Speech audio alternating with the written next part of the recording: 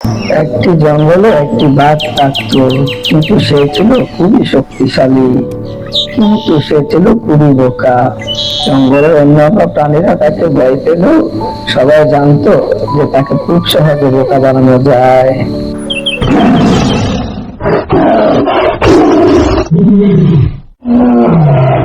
ও, খুব খিদে পেয়েছে। যাই, কিছু খাবারের সন্ধান করতে পারি কিনা।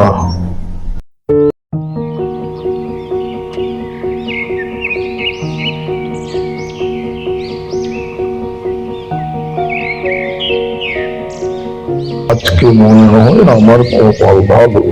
সকালবেলা যে কার মুখ দেখে উঠেছিলাম, এই তো একটা গরু দেখা যাচ্ছে।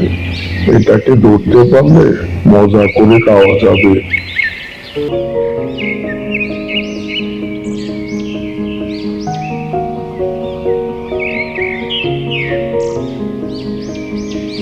গরু, জঙ্গলের সব প্রাণীরা আমাকে ভয় পায়, কিন্তু তুই আমাকে ভয় পাস না।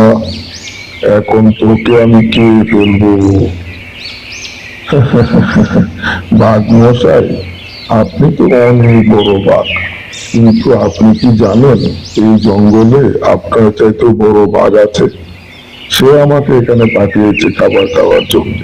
সে বলেছে আমি খাবার খেয়ে গেলে সে আমাকে খাবে। কি বলিস? আমার চাইতে বড় বাঘ, তাও আবার এই জঙ্গলে? না না না, এটা তো কিছুতেই মেনে নেওয়া যায় না। আপনার যদি বিশ্বাস না হয় তাহলে আপনি আমার সাথে চলুন।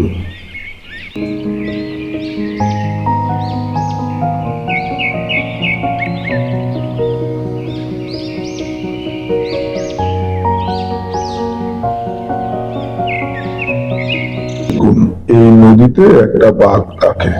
সে আপনার চাইতে অনেক শক্তিশালী।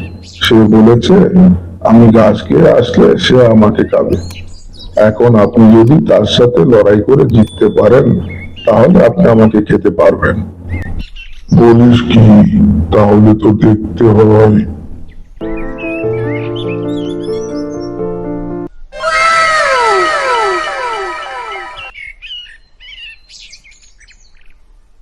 আসলেই তো, সে তো দেখতে আমারই মতো। এখন আপনি যদি তাকে হারাতে পারেন তাহলে আপনি আমাকে খেতে পারবেন। না না না, আমি হচ্ছি বনের শান্তি প্রিয় বাঘ, আমি কারোর সাথে ঝগড়া করতে পারবো না। এখন আপনি যদি তাকে হারাতে না পারেন তাহলে তো সে আপনাকে মেরে ফেলবে। বলিস কি? তাহলে আমি পালাই। Oh, no, no, no, no. বাঘটা সত্যি অনেক বোকা, ওর সাথে চালাকি করে বেঁচে গেল। Oh, no, no, no, no.